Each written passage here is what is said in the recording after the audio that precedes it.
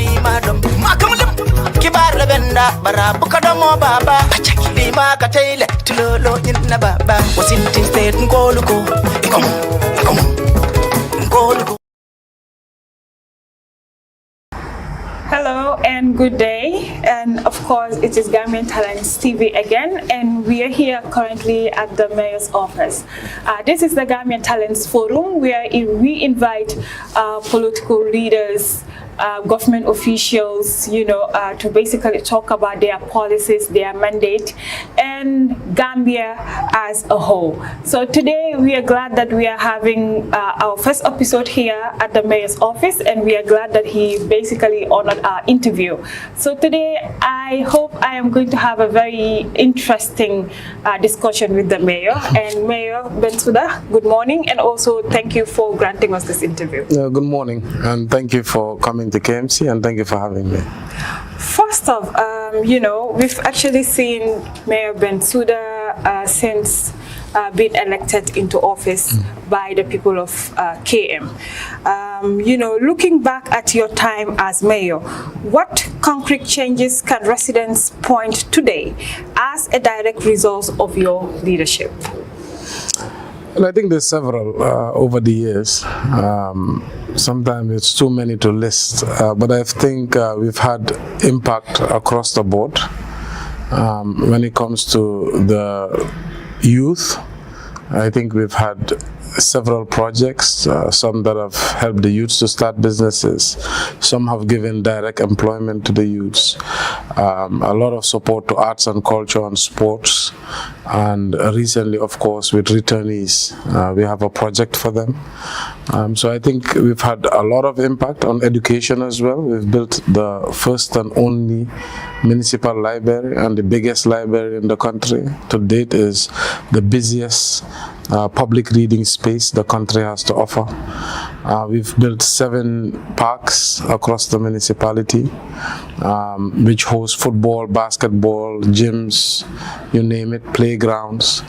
And we've rebuilt the only botanical garden in the country, which is now both a reading space and a playground and a gym. So I think we've done quite a bit for the youth. For the women, we've invested a lot in women's gardens. Just yesterday, we had a zero waste meeting, which is a €500,000 investment in the Baka Women's Garden, building biodigester for organic fertilizer, building a greenhouse.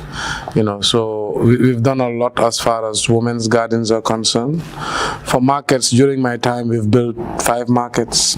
In 2 months, we'll be opening another one, and in 2 weeks, we'll be laying a foundation for another one. And I think last week, you saw us at the Bakote Fish Market, where we are doing an expansion of that market. So we've done a great deal when it comes to that. And of course, sanitation. I mean, KMC is most famous for sanitation, right? The Mbalit project that, everybody likes talking about. And of course, it set the precedence where now all the municipalities are copying the same project with the same model. And for the first time, Gambians could benefit from waste collection at the household level in a comprehensive manner. I mean, KMC still has the biggest fleet of waste management vehicles, and more than the entire other councils combined. And of course, with the infamous Bakote dump site, I mean, we've done so much there. People forget that Bakote dump site used to burn continuously every year. They forget that it was an open space. You go by the road, you see it. It's fully fenced. It has a green zone. It's well managed. It's not gone on fire for 5 years. We sponsored a project with the EU, European Investment Bank, worth €50 million. That should close down the project, but because of the scale, government has taken it over. So, like I said, we've done so much, but I think the most important thing that we've done is the things that people can't see. People forget that KMC was sort of a political bureau. It was used to propel the former regime's politics. There was little service delivery or none. A lot of the money was used to sponsor political rallies and events. And most of the staff were employed because of the political positions they held. I mean, those days, I know you're young, but those days you come to this environment, it was a market, KMC, you know, you would see several attire booths sitting around. There was people selling meat, you know, clothes. It was, you know, it was a market. There was little or no work happening here. So we've come in, we've done a lot of institutional reform. We've changed the culture.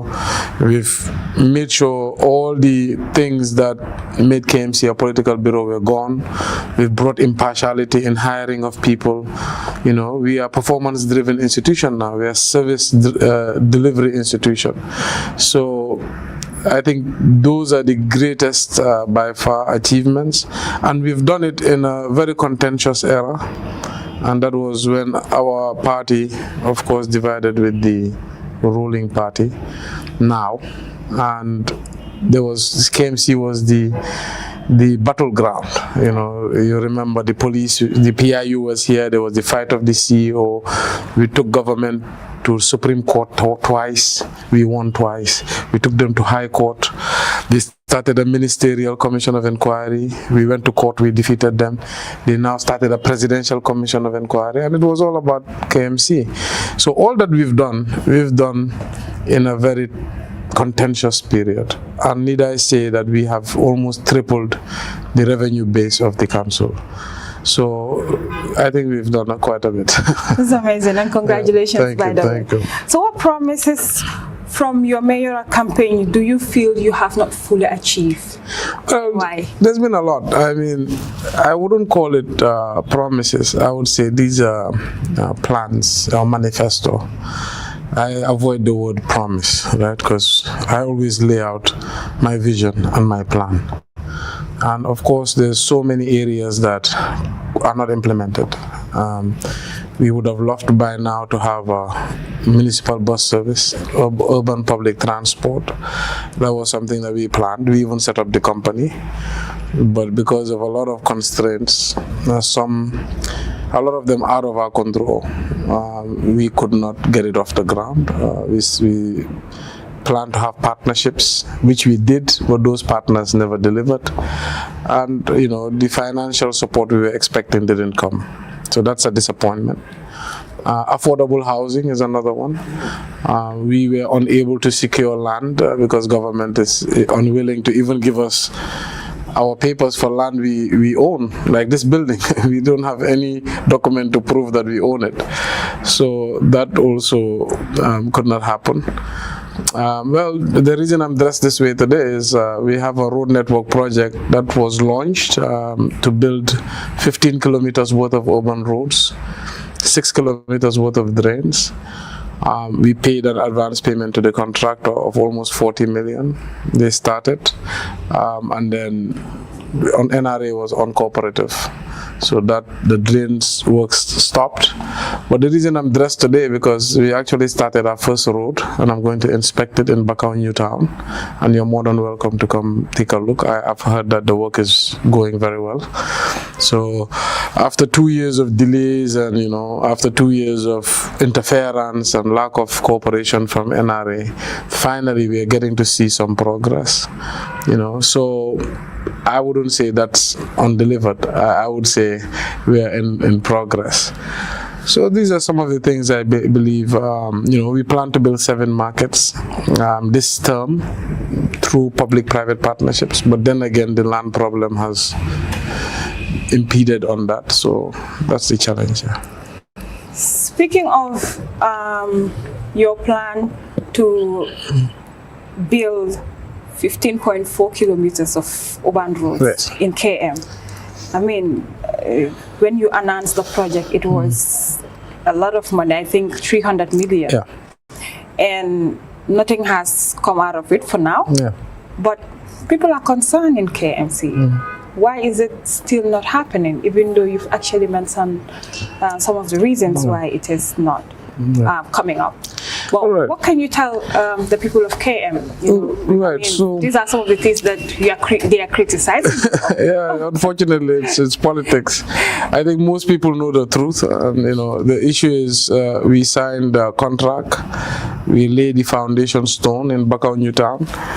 And let me just take you back a bit. When we conceived the project as a council, we planned for a 5-year payment plan with the contractor.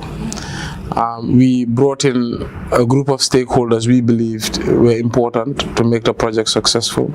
And these are intergovernment agencies and also the council, and of course some technical expertise from outside consultants. So NRA was on the committee. Ministry of Lands was on the committee, NAWEC was on the committee, KMC and its Development and Contracts Committee were all in that ad hoc committee.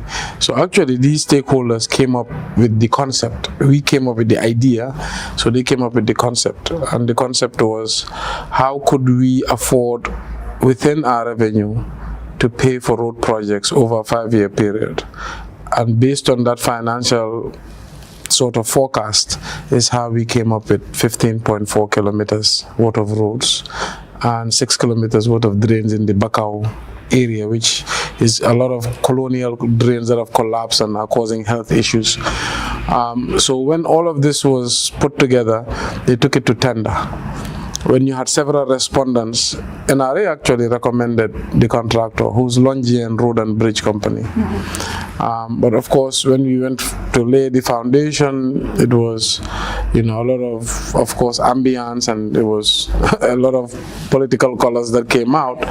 It caught the ear of government, who of course are a different political party, and I was in the UDP, and of course, you know how that rivalry is. And it's a small country. The Minister of Works called NRA and threatened them not to cooperate with us. And these were roads, in their terminology, political roads that would hurt the government. And we advanced. We advanced for almost $40 million to the contractor. And this was 2023-2024 period. So a project worth $300 million, we advanced $40 million. By now, at least we should have had 2 or 3 roads built and finished. But the way roads work, you need the technical supervision of NRA, and they've been unwilling to give it for 2 years. And I mean, you've been in the media, you've heard the Minister of Works said on television that these roads would never be built. You heard Minister of Agriculture say it a lot. You heard Ministry of Sports in Barrow's last Meet the People talk. I mean, they don't hide. They openly say that, they don't support these roads and these roads will not be built. So it's not anything to do with KMC. We have the contractor recommended by NRA, Longian Road and Bridge Company. They built the Basse Bridge and the urban roads in Basse. So they're now building a lot of roads in Kiang. I think 100 kilometers. So KMC did our part. We involved everybody. We involved all the right people. We advanced the money. So after a long push and pull, today, I think yesterday, I was told that, the Bakau New Town finally, the Department of Planning has figured out a way around some of the restrictions, and the contractor has started. So today I'm going to see, but you never know with this government.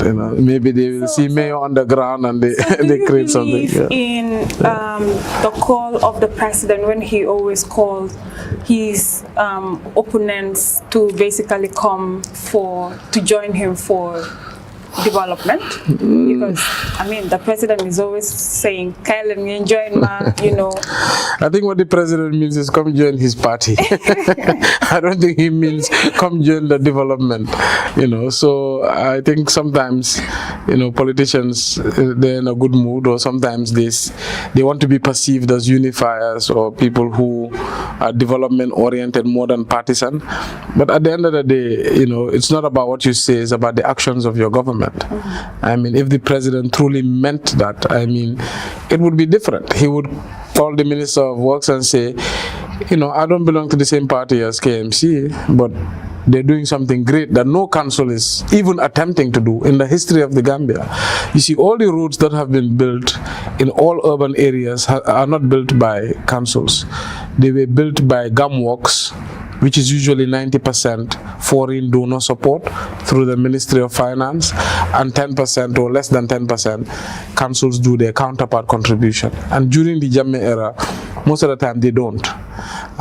So Gumworks projects built a lot of the urban roads. So what KMC is doing is unprecedented. We're using taxpayers' funds to actually build these roads 100% with taxpayers' funds. And these are not just substandard roads, they're asphalt roads. So it's an unprecedented project, and I think they felt that they made a mistake with Dimbalit. Because when we were starting Dimbalit advertising, I think they sort of underrated us, and they speculated that the project would fail or we would end up not being able to pay the contractor. So the success of Dimbalit is actually what made them say, we will not make the same mistakes, we will stop these guys before they can even start. But it's all political. So let's talk about the Bakote dump site. Right. You know, even though progress has been made since you came in office, Right. we've actually seen the fencing of the dump site. But we've also seen recently a campaign against you with regards to the Bakote dump site. Safia Juf and Babukar are constantly going out to engage residents of these areas. Are you sort of not worried about their campaign against at you? all. I'm not worried at all, because you know I know the characters. I've met them, you know, and I've seen their actions, and I know their motivations. I mean, I can tell a real protest from a fabricated or fake one, and a political motivated protest versus a real concern. People and 10 children, you know, it's not a community protest. The community of Bakote I know very well. I actually live in Bakote. The community of Manjai I know very well. The community of Dipakunda I know all their concerns, and I've actually won huge margins in those areas because of largely how we have upgraded and how we've been managing the Bakote dump site. I mean, the Bakote dump site is not child's play. It's been there for 30 plus years. It's an old quarry. It's 25 meters deep. People have been dumping there for decades on end, and no regime has been able to find a solution. And KMC residents have no other alternative. They can't dump in West Coast region, they can't dump in Banjul. Those regions have their own problems of dump sites. The difference with KMC is we have one centralized dump, but we have the most organized and the most resource dump site in this country. Have you ever seen a dump site that is fenced? Have you ever seen a dump site with concrete roads? Have you seen a dump site with 3 recycling sheds, with toilet blocks, with wash hand facilities, with quad bikes, you know, with solar lights and security systems? No. It's only KMC, and it's because of my interventions and my vision to ensure that this place is upgraded.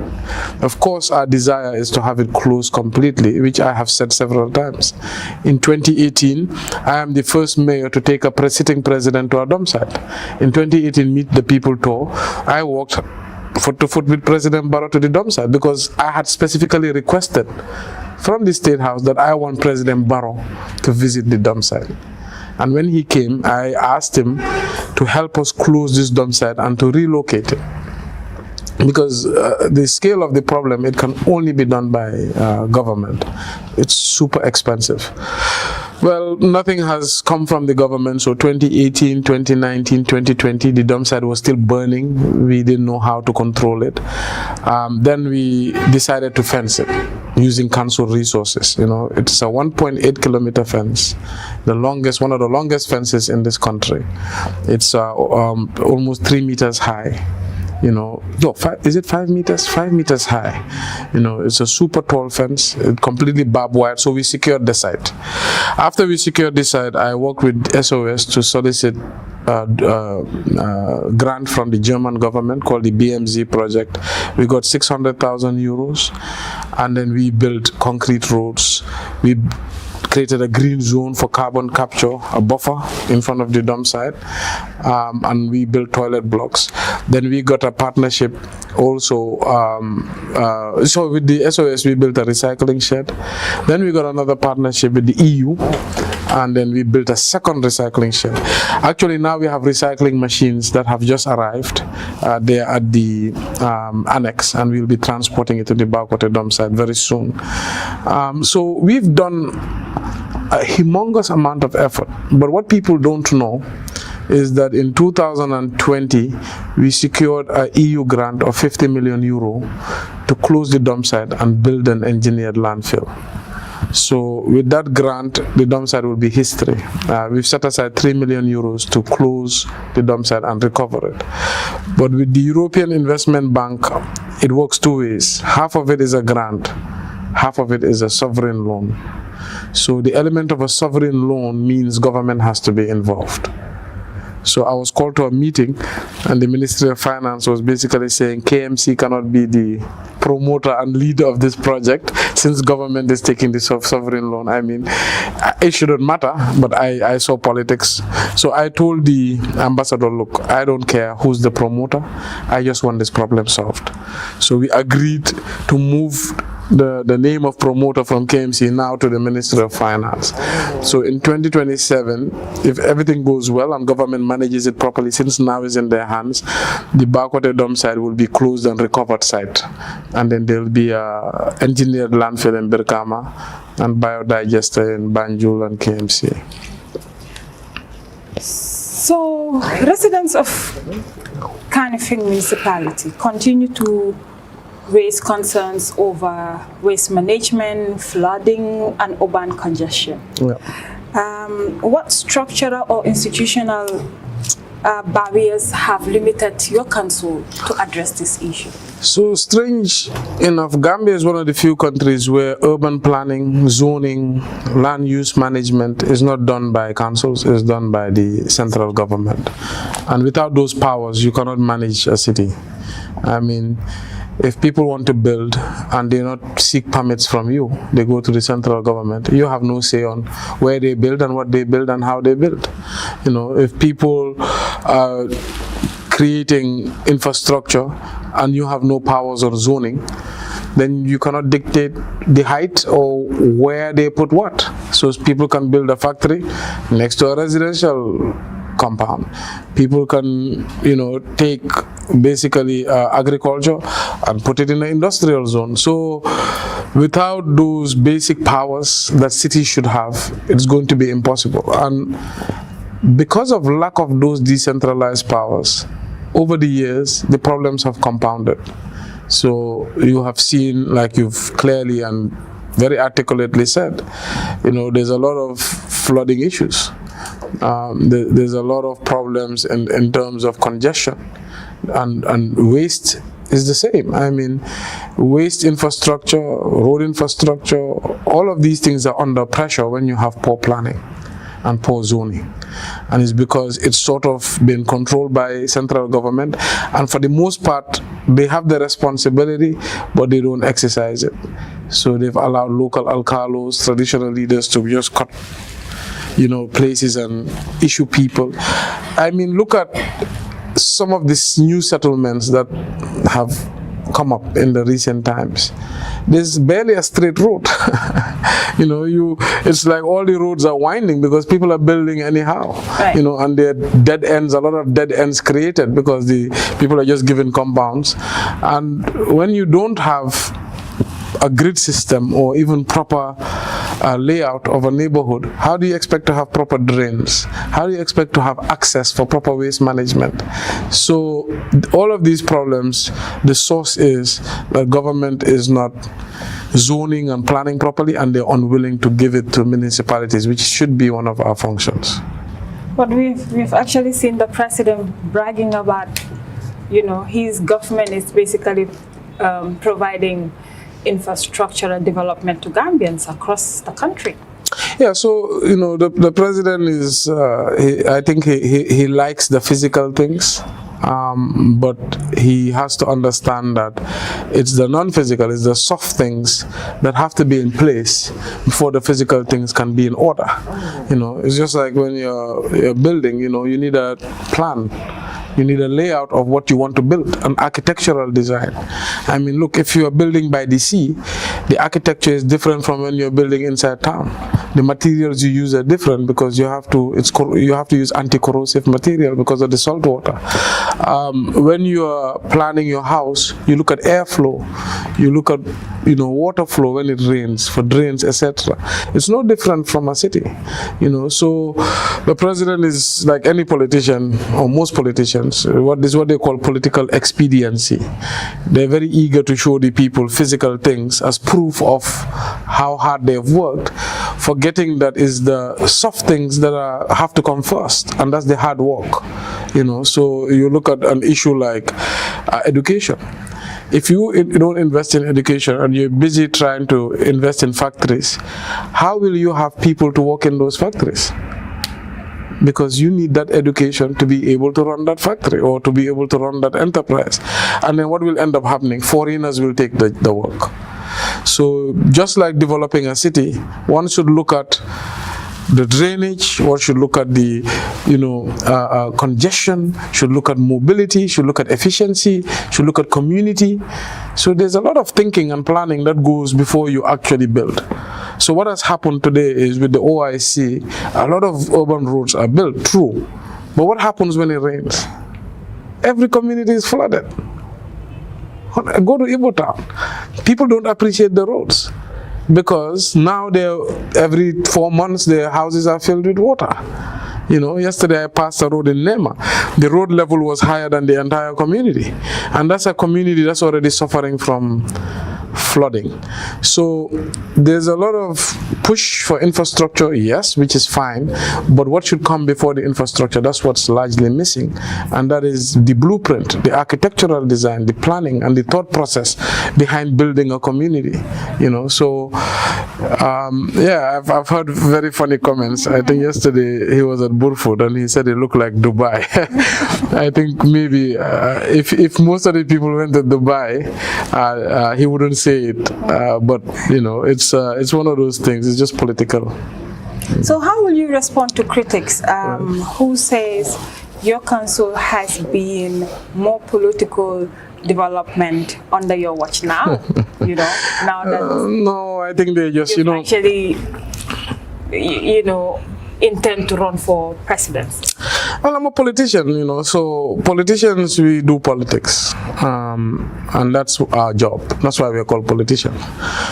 We go for elections and we do politics to win, and then we run our offices, of course, with a political mindset. However, the difference is that the politics stops at the policy level, at legislation level, at maybe projects, because with the politics is you discuss with your constituents what are your priorities, okay, and based on their priorities you try to serve. It's all politics, but there's where politics stops, and that is it stops at the planning level, legislative level, policy level, governance level, but it should never go into the administrative.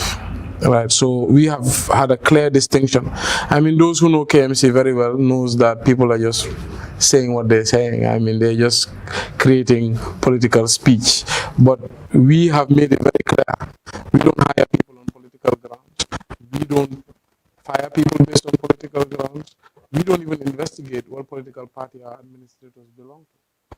We only have an agenda, which is the people's agenda, and that is a development agenda. And we expect our administrators to implement that according to the laws of the Gambia and the Local Government Act. But yes, we are politicians. What our constituents want, and we, try to fulfill our plans, etc., to win elections. But by no means can we agree that that is done at the administrative level. It stops at the policy, governance, and legislative level, which it should. Politics runs countries.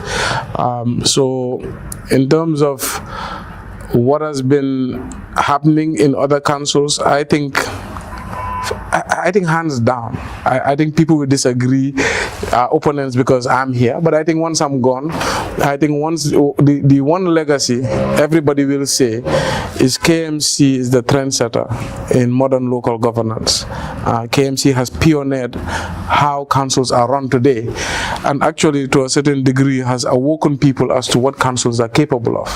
Before we came into office, nobody knew councils had the abilities we have demonstrated, the international relations, the projects we've implemented, ability to raise funding independent of government. Nobody expected that. I mean, nobody expected we could deliver until government would be scared that councils would outperform them. So KMC, I believe, has changed how people view local government councils. Away from councils now, policies, great agendas and all. Now let's talk about UMC as a party ahead of the 2026 elections. What is UMC's clear political vision beyond being an alternative to the big parties in the Gambia? Right, so UMC is an exciting new phase of Gambian politics, and just like we have pioneered and changed modern local government, we believe we are going to pioneer and change modern Gambian politics, because we want to innovate beyond the traditional way of doing politics, and we believe it's necessary in this modern day of AI and all robotics and self-driving vehicles. The world is rapidly changing, and the politics must change and catch up, or the world leaves you behind, because politics is something that controls everything in a country, because it's politicians that run countries. So how you exercise your politics is how you govern. So with the UMC, our target is how do we bring back, but also I could say introduce certain values in politics that are important for transformation. And that's integrity, that's patriotism, that's equality, and, unifying people. So we have to be very transformative in terms of the values guiding politics and avoid the traditional way of doing politics, which is personality politics, self-perpetuation, attacking each other on personal grounds. There's no issues discussed or plans or concepts for the nation.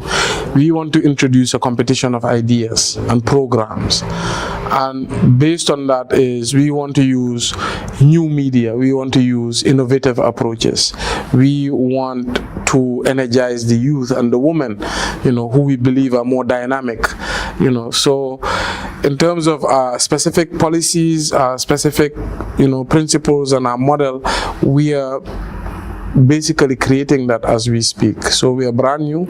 We are not even a party yet. We are a 3-month-old political entity, a movement. But it's exciting because we know we are building the future. That's why in our paraphernalia you say the future is ours. So we believe we are building the future of Gambia. And we are in no rush. I mean, we don't believe that our political movement should be determined by one election, or we are seeking to, to just focus on how to get into power. No, I think most parties only try to win elections when they never think about what if we win. So we want to do the reverse. We want to say, if we won, what would we do? And then work backwards to how do we win. And I think that's most important. It's not about winning elections, it's about transforming lives and changing countries. So the UMC, like I said, it's already transformative. I mean, we are barely 3 months, 4 months old, and everybody's talking about us. And we are a household name. I'm surprised you go to the most remote areas of the country and they say, how do we join the movement? That's how they call us, the movement. So I believe young people especially are super energized. Everywhere I go. Yesterday I was in Abuko just to go to a funeral. As soon as I walk out, there's 20 youths who just saw me in the neighborhood, and they were talking about the movement and the principles and what we stood for. We've already seen ministers go into panic mode, So the movement, I believe, will be the future of how Gambian politics is, and I believe will be the spark for the transformation of this country.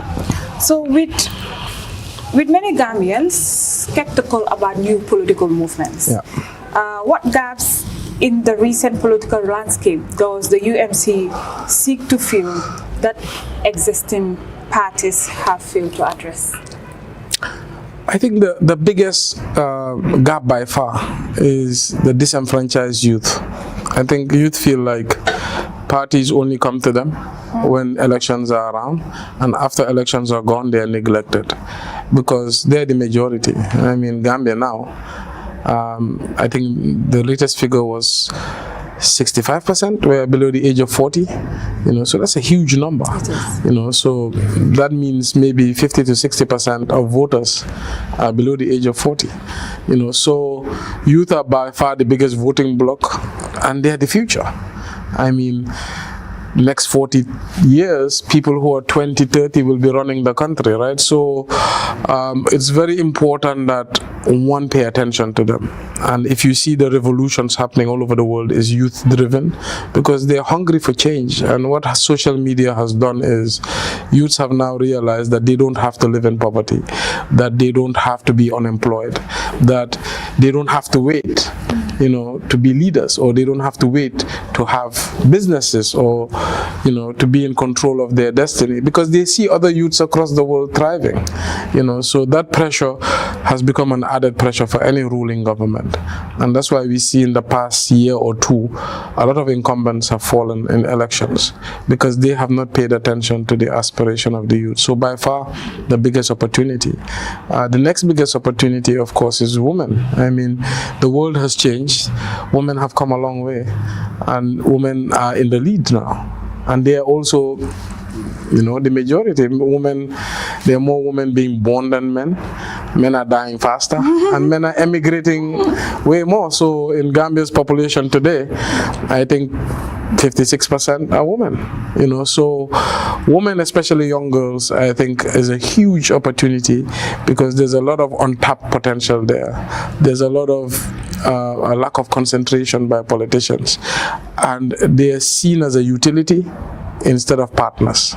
Right, so women are only seen as people who clap at rallies, or people who sing songs behind a politician, instead of partners in leadership. So I believe if a political party like the UMC can tap into these two constituents, these two demographics, I think by far that is the biggest opportunity.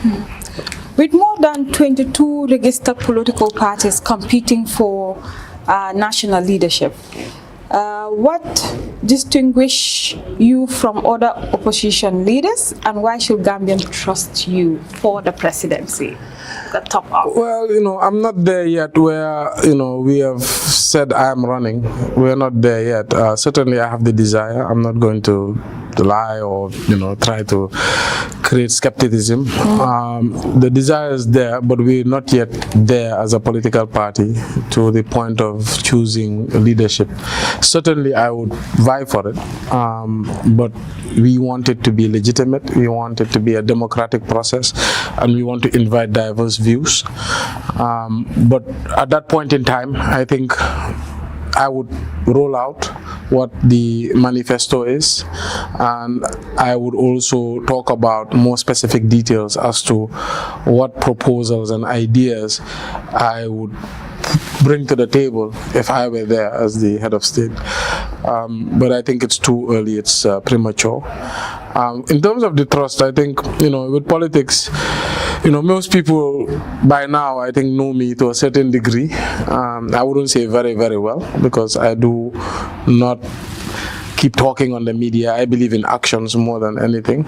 But I think they have an idea of what I stand for and who I am, and what my ideas are for this country. And I think for the people who have been paying attention, the trust is established. I mean, if you don't have to like me, but a lot of people do respect me, and I think they do, understand what I stand for.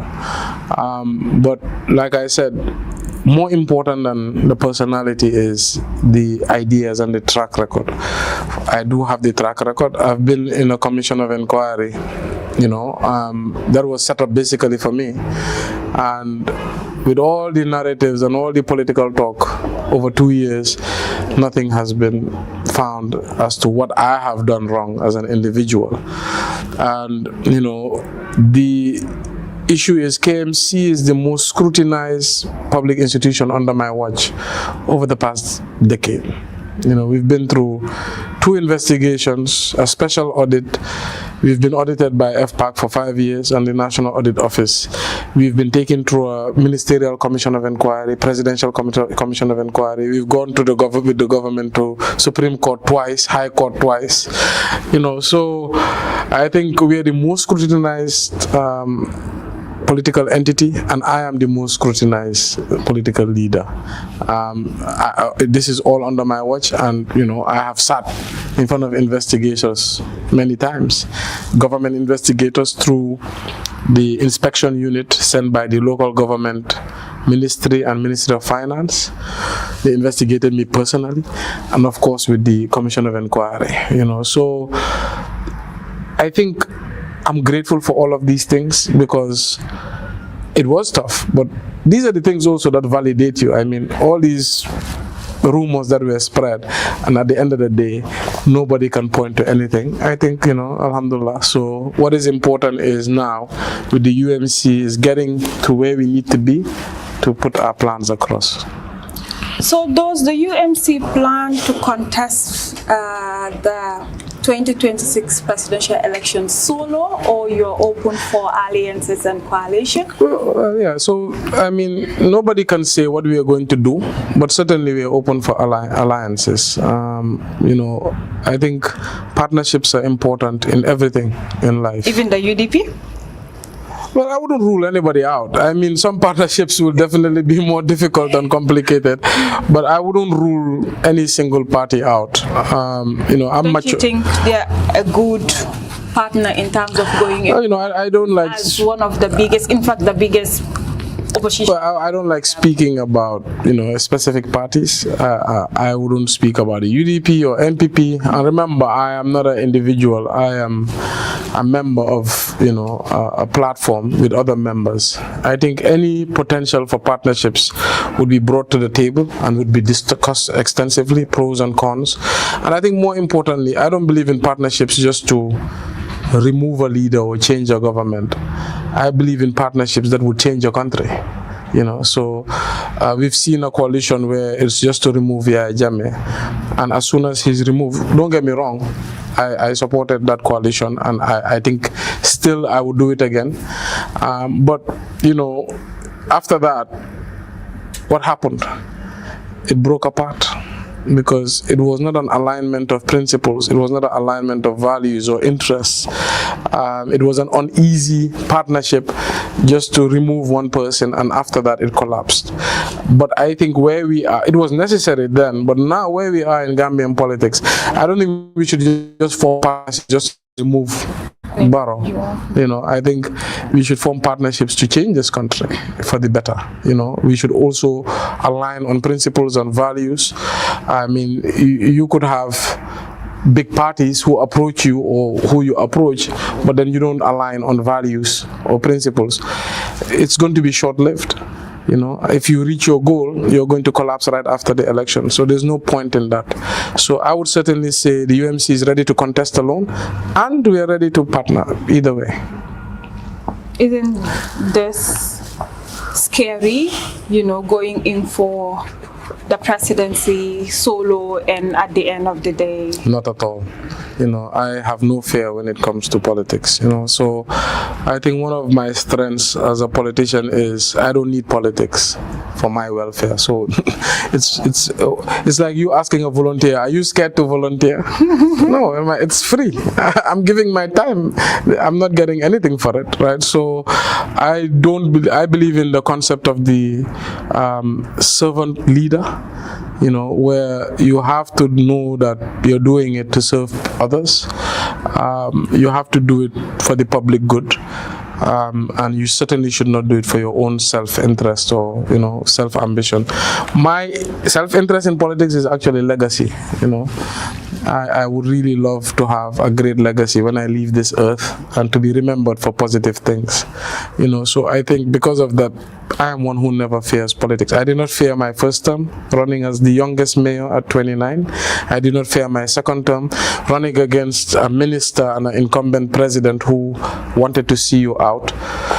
I did not fear, spearheading the UMC, and I would not fear anything in politics, because I am in it to serve my country. And if God says this is the end, then I go back to my children and family and my business, and I live my life knowing that I tried what I could. So I don't think there's... So if elected as president, what policies will you prioritize in your first 12 months? And how will you fund these initiatives without increasing the financial burden on citizens? All right, so we've seen the government taking grants here and there, and at the end of the day, it's a burden on citizens. So basically, we are formulating a manifesto as we speak. Today, I'm actually meeting the team. We are also going to formulate the proposals from myself as to concrete actions if we are elected. And I don't want to go too far into them, but just off the top of my head, I could say one thing definitely is cost of living. Huge challenge for Gambians right now. I would also say, one of the things I always fault President Barrow for is not implementing the reforms that we elected him to implement. And without that, nothing is sustainable. Even the democracy we sit on now is so fragile. I mean, you cannot rely on the attitude of a president or the mood of a president. So you can't say, okay, dafaba, so do def dara. No. What guarantees a democracy is law. So the same laws that were here under the former regime, which we said was dictatorial, autocratic, are still around. So now we are literally at the mercy of the good nature of a president. But what if that president nature changes? What if he wakes up on the wrong side of the bed? What if that president is changed for another individual who doesn't have a good nature? So the only thing that is sustainable is good laws. Or the only thing that is sustainable is making sure the democratic policies and beliefs are ingrained in the constitution. So President Barrow's fault is not reforming the constitution, not bringing the security sector reform. We are still being protected by ECOMIC, not being civil service reform, So there's a lot of reforms that were never done. The CRC, the TRRC, the recommendations of the Janneh Commission not implemented. So I think any leader who has Gambia at heart, these are one of the priority areas you would focus on.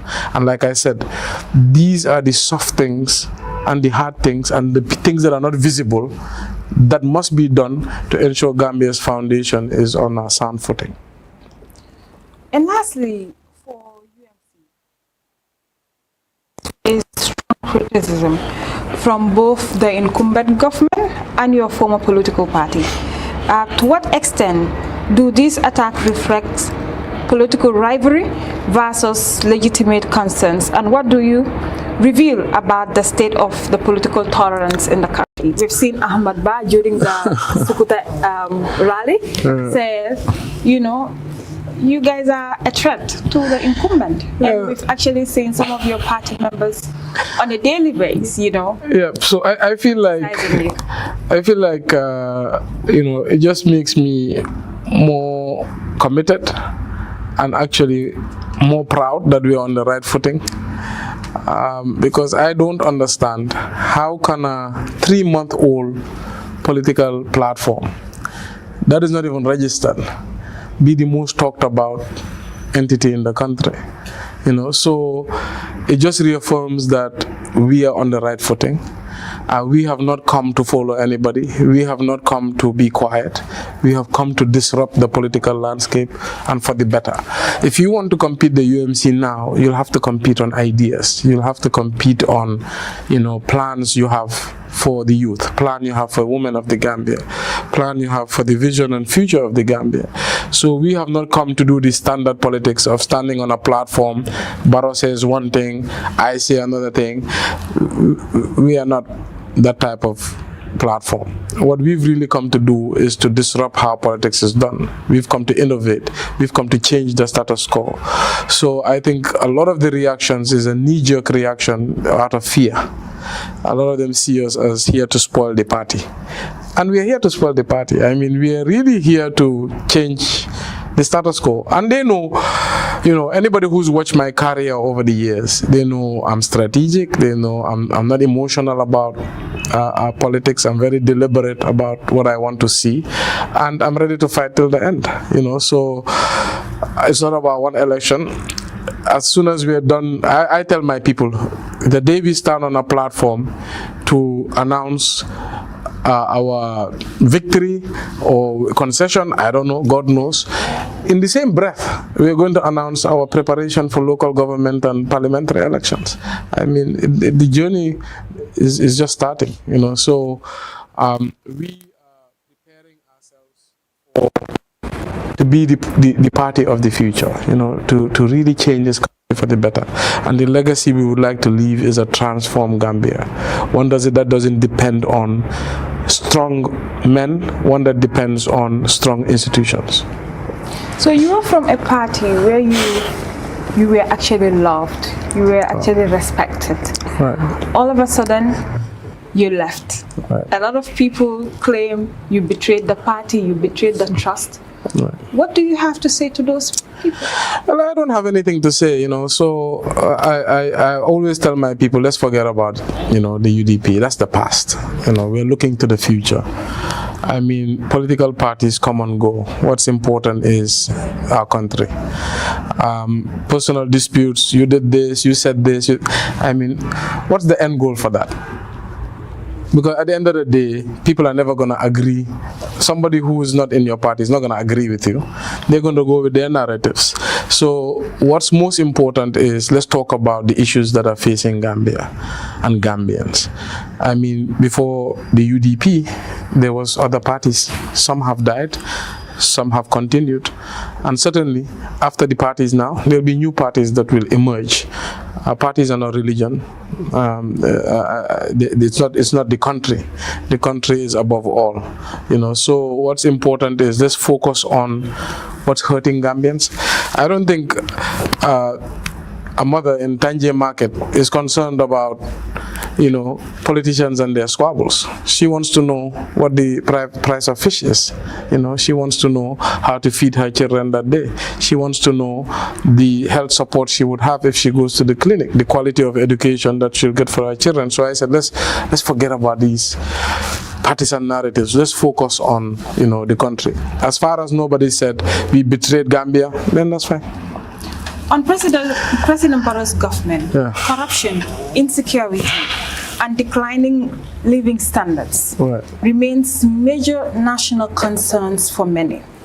What concrete legal, institutional, and enforcement reforms will your administration implement to ensure accountability and also to improve public safety? Right, so like I said, this will all feature in our manifesto, but certainly you're spot on. These are the major concerns at the moment. Security, sector reform, how do we ensure that our communities are safe? How do we ensure that our public areas are safe, people are safe in their houses? Our borders are secure, both land and sea. So security is huge. Without security, nothing matters, right? And of course, then you look at, employment and the economy and the cost of living, massive challenges. So like I said, more than the physical things, these are the most important things. But you can't see it. Right? Nobody can see security. Nobody can see, cost of living. Nobody can see education. Nobody can see healthcare. You feel it. These are things that people feel on a day-to-day basis, and they're the hardest things to fix. So often governments, they ignore those things because they're difficult, and they go for low-hanging fruits. Oh, let me borrow money, build a road, so they say I'm working. That's not development. It improves lives, but it's not the most important thing. The most important thing are these social issues: education, safety, healthcare, employment. And once you fix those things, and then the infrastructure comes, people feel like they're living in the best country in the world. Or you do it concurrently.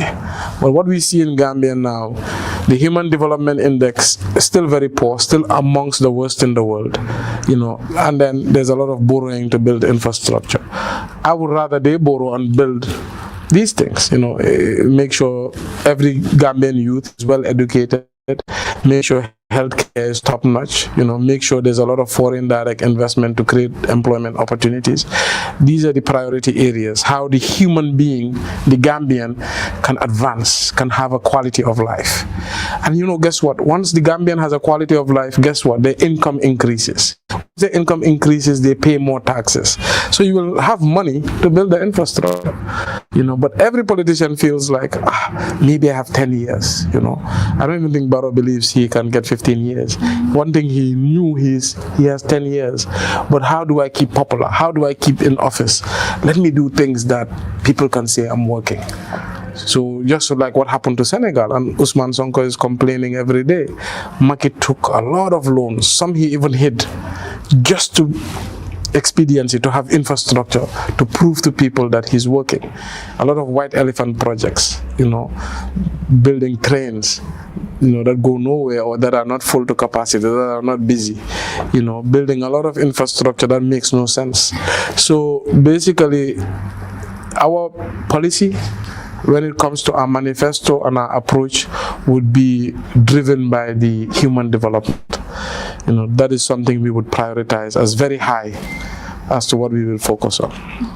So how will you rate President Barrow's performance so far in governance, in corruption, and also economic management? So President Barrow hasn't governed. I think that is widely agreed. President Barrow has not governed at all.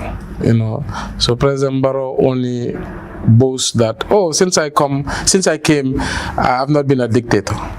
That's his only selling point. You're not supposed to be a dictator. You're supposed to be a president. I mean, if you want to compete with Yahya Jammeh as to whether you're a dictator or not, I don't think that's something a leader should be competing on. A president is elected based on democratic principles to bring about positive change in people's lives and to govern. But he says he's bringing positive change. So basically, when it comes to government, I don't think he's governed at all, because you look at legislation. What legislation have they created? You look at regulation. What regulation have they created? You look at policies. What policies have they introduced? I mean, it should be obvious to everybody. So governance is about making law, it's about making regulation, it's about making policies, it's about institutional reforms to improve government, so government can in turn improve people's lives. You asked about, I think you asked about the second one. You said governance and corruption. Economic management. I mean, corruption has been worse in the history of Gambia. This is the worst era as far as corruption is. It's unchecked. It is absolutely unchecked corruption. And one of the things is the anti-corruption bill is not passed. The anti-corruption institutions are not respected. Look at what happened with the National Audit Office director. He was removed because he was going to release a report that was adverse to government. President Barrow said audits are an opinion. So almost nothing has been done on corruption. There's no war on corruption, so that's zero. Now, in terms of other things like the physical things, I'm a fair politician. I think there's been improvement, right? When it comes to road infrastructure, there's been improvement. When it comes to health infrastructure, there's been improvement. But it's too slow. It could be way further than it is now. And if they had done the reforms at the start, which is the foundational things, the fundamentals, the rule of law, the policies, I think the next phase would have been infrastructure, and that would have been rapid. But President Barrow is depending on two things. One, the OIC project that was signed under Yahya Jammeh, for the most part, it was Yahya Jammeh's initiative, but implemented under President Barrow. That's the truth. The Farafenni Bridge, the foundations were already up during Jammeh's era, but complete under Barrow's era, And we heard a video recently where Sadauda was talking about the Senegambia Bridge in the 70s when he was visiting France. So, true, governance is about continuation, but I believe we could have been a lot further if the fundamentals were in order. But the fundamentals are not still in order. So what we see now is hyper borrowing, which is going to put the economy under pressure, which will put Gambians under pressure, and using that money you're borrowing to build infrastructure.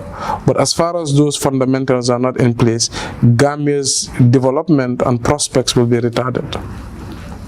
If UMC were in power today, what will you do differently from the current administration? A lot in every aspect. I mean, I think we'd be very aggressive in reform. We'd be very aggressive in regulation, legislation. We'd be very aggressive in building up the institutions. We'd be very aggressive in economic policy to exercise austerity measures and reduce wasteful spending and redirect resources towards fundamentals like education, healthcare. So I think we'd be radical in our approach. You know, I often complain, as I said as mayor, I don't even have a mayoral vehicle. I've given it to the deputy mayor because I don't want to spend excess on something that doesn't bring any benefit to the taxpayer.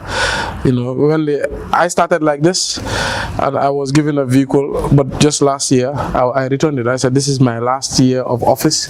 If deputy mayor doesn't have a vehicle, she can use my vehicle. So things like that are symbols of some of the things we bring into the office of the president and government.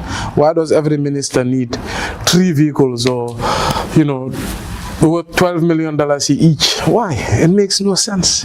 Why does every civil servant have to take a car home? You know, what happened to building up a public transport system? You could even create schemes with banks that allow civil servants to take out car loans or mortgages. You know, I think those are sustainable things. Those are things that build the economy. Increase their salaries is better than giving them a $4 million vehicle. So I think there's a lot of austerity measures that needs to be done. Things like per diem. Why does, you know, government have to give people so much money just to go on government mission? Why could we introduce a credit card, you know, where you pay as you need? And you can be what you spend on can be easily tracked, you know. So why does government need to buy imported furniture? Why can't we contract local carpenters? You know, why do we have to buy from third-party travel agencies that increase the prices? Why can't we buy direct from the airline? There's so many things that don't make sense. Why do we allow the importation of eggs when there's so many local poultries we can encourage? You know, and chicken products, you know. So there's so much senseless things that are happening in this country that we would be super aggressive and radical about. So when it comes to youth and employment, beyond policies, programs, you know, what do or how will the young people of this country see themselves in a UMC government if elected into office? So I think with the youth, one needs to understand that there must be a lot of economic growth or capital injection into the economy or otherwise foreign direct investment to create economic opportunities. Very important. But that will be largely driven by the fundamental changes you make. You know, I've had a mayor that's coming here from the US, and one thing she told me, she's like, Talib, I mean, if even you had companies who wanted to invest in your country, how could they? I was like, but what do you mean? She's like, you don't have stable water, you don't have stable electricity, you know, you don't have the skills. How could anybody invest here? Because if you invest here, you would have to create the entire ecosystem for your company to work. So the fundamentals must be around for opportunities or investments to come into this country. So secondly, that's why I said those reforms are very important. And people must also be able to look at your laws like property rights, you know, investment rights, and they should feel protected. Nobody's going to come here and throw their money, you know. So a lot of reforms are important. A competent civil servant, you know, when somebody comes to invest, why do you have to see the president? Why does every investor have to see the president? You know, an investor should be able to come in and look at the framework and be advised by lawyers and make their investment and make their money, you know. So the reason they're going to see the president, a lot of them feel like if they don't see the president, their investment is not safe.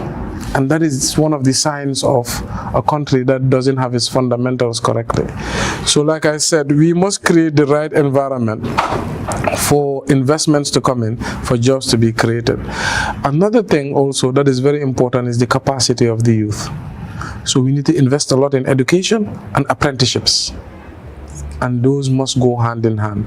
The youths who are in school, and we need to help them get capacity through tertiary institutions. The youths that are not in school, we need to get them skilled through apprenticeships. And of course, the ones that are in sports and arts, how do we support those to build their talents?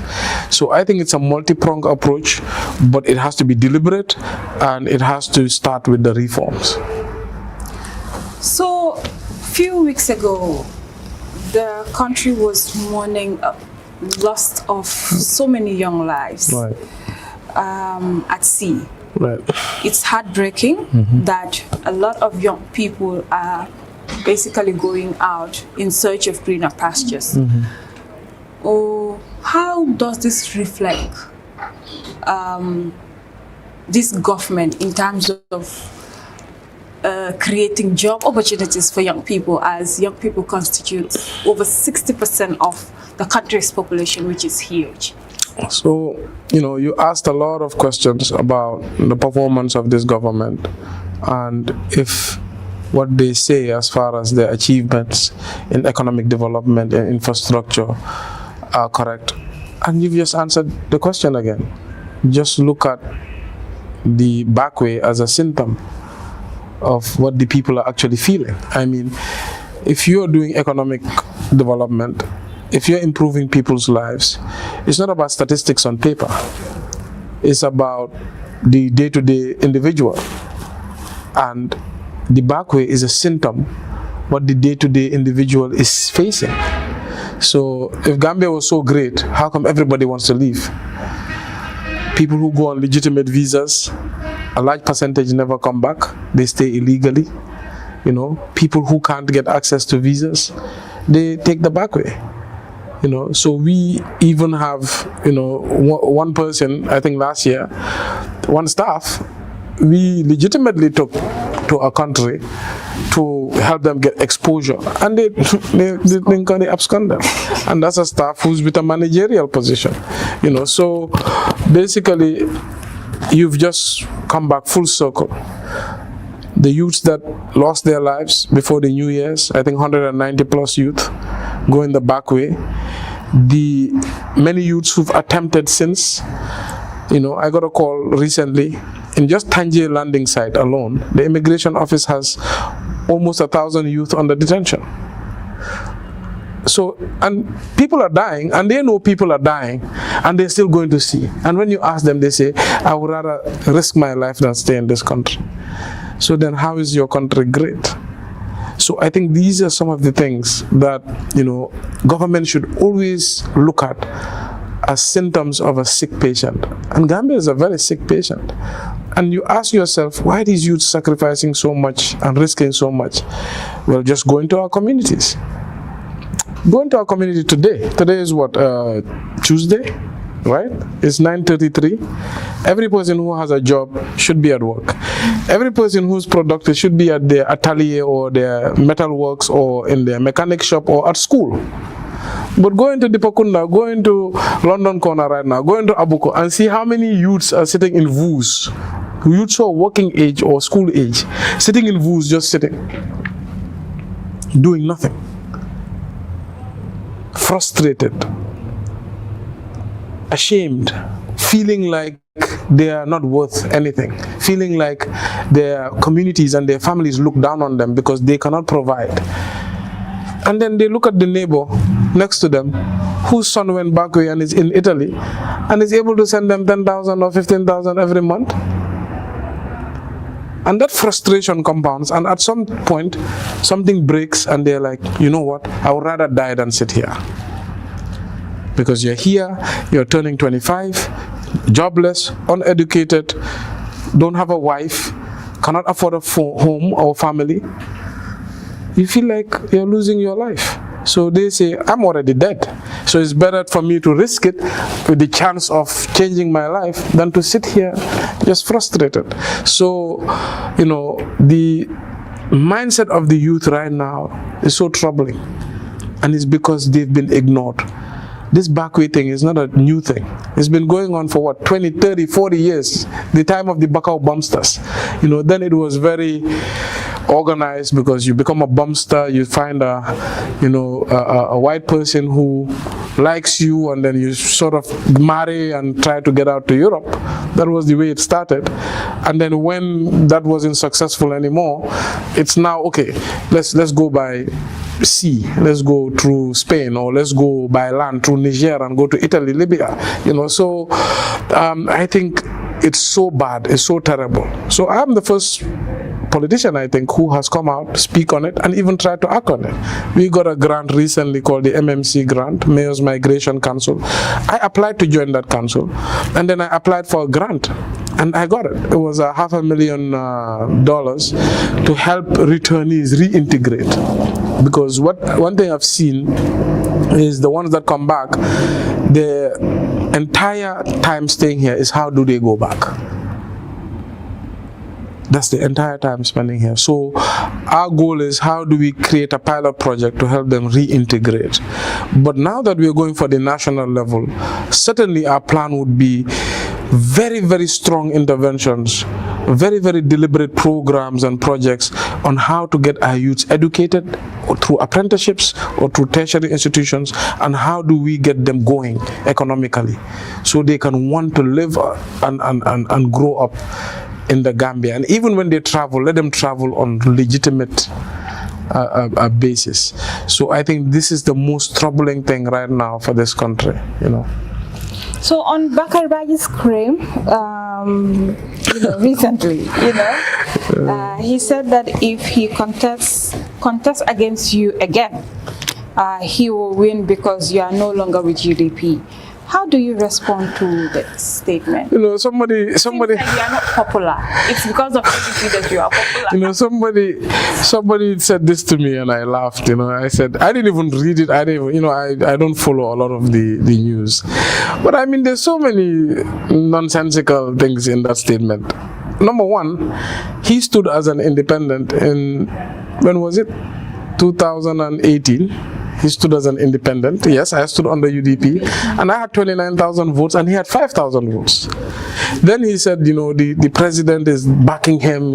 If he was an independent, I'd defeat him. Well, he got the president's backing, and the president turned against me. And he became a minister, a sitting minister under the president with the full backing of NPP and coalition members. And he came back again, and I defeated him again. I got 56,000 votes. I think he got 40,000 votes as a sitting minister with the entire president's backing. So I think if there's any popularity contest, it would have been that year. Because, okay, I had UDP, he had NPP, incumbent, and he was a sitting minister. So if it was about popularity, he would win. So I think the right contest is not about whether I'm with UDP or I'm not with UDP. The right contest is, imagine none of us had parties. We both went as an independent. I think that would be the right the right contest about popularity. Then you can remove the party support. Right. But I just think it's political talk. I have already declared that I'm not. I declared during my re-election that if I'm elected, this is my last term. So I think he's quite bitter about the two defeats. But, he should try again. I'm not going to be mayor. Maybe he'll be lucky. So on the Kiang and Fonyi by-elections, yes, which was over the weekend, right. What lesson do you draw from the Kiang by-election result for opposition politics going into the 2026 presidential elections? By-elections, I don't consider them elections. But the president said it was a referendum? No, it's not. So by-elections are very difficult. Because I always say they're lonely. It's lonely. It's the only election. Imagine there's 120 wards, 54 constituencies, and it's the only election going on. So you will see state ministers go there, party leaders go there. So it is not a real, result based on sentiment. It usually comes down to resources, because it's such a lonely election. I mean, if today I was a very popular person in Fonyi Bondali, for example, everybody loved me, everybody knew me, everybody wanted to vote for me, but there's a lot of inducements coming. Imagine you're a candidate with no money, and then there's the incumbent coming with $10 million here, $20 million here, every household box of chicken and all these things, which I mean I see should stop those things. That's inducement, that's voter inducement. It can change the vote. And there's a lot of voter suppression. I saw a video yesterday of buying votes and etc. So it is definitely not a litmus test. It's not a referendum, but it's a sign of what people are willing to do, especially the incumbent, to win elections. So I think one thing is apparent is that an incumbent should be never underestimated. It should be never underestimated. They should be treated just as an incumbent. They're in power, they have the resources, they have the institutional reach and influence. That's why they call you incumbents. Even me as an incumbent in KMC, I always say it. If I wanted to go a third term, it would be difficult to beat me, no matter what party I align with, because I've built my own brand. So the councillors, for example, in my re-election, who were with me, combined, had about 30,000 votes. I had 56,000 votes, so it's an incumbency advantage. So what I would say is the by-election is about, us taking the incumbent seriously, and basically is opposition parties understanding what the incumbent is willing to do to win. But I wouldn't take that as a referendum. Just like the president said. Because he said that it is a referendum, and I think it's a sign to take the NPP seriously. Right. That's what I would take from it. Right. It's a sign to take the NPP seriously, but it's not a sign. When you say referendum, I believe referendums this is the sentiment at the moment, or this is what people are feeling at the moment. I think you live in this country just like I do. I don't think majority of Gambians are in for the NPP or President Barrow. It's the contrary. Majority of Gambians don't support the NPP or President Barrow. They don't even want him to go for third term.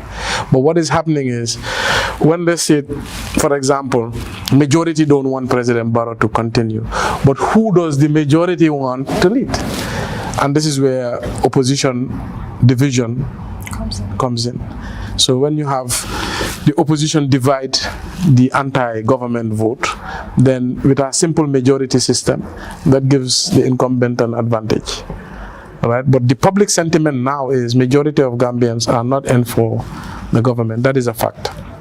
So quickly, we've seen claims that you've actually backed an independent candidate in Fonyi. Can you clearly state your clarification on this election? No, so I tell everybody, we are not people who hide. If we were wanting to contest for Fonyi election, if we started UMC a lot sooner, I think we would contest. We would contest the Fonyi election and the Kayaf election. We would not shy away from it. The issue is we are very new. We are not a political party yet. So Alaji Njai, who is a member of the movement and from Fonyi Bambondali, stated his intention to run for the by-election, and we advised him against it. We told him the movement is not yet ready to contest the by-elections, too early. But his community came and said no, they wanted him to run as an independent. Well, it's his democratic right. We cannot stop him.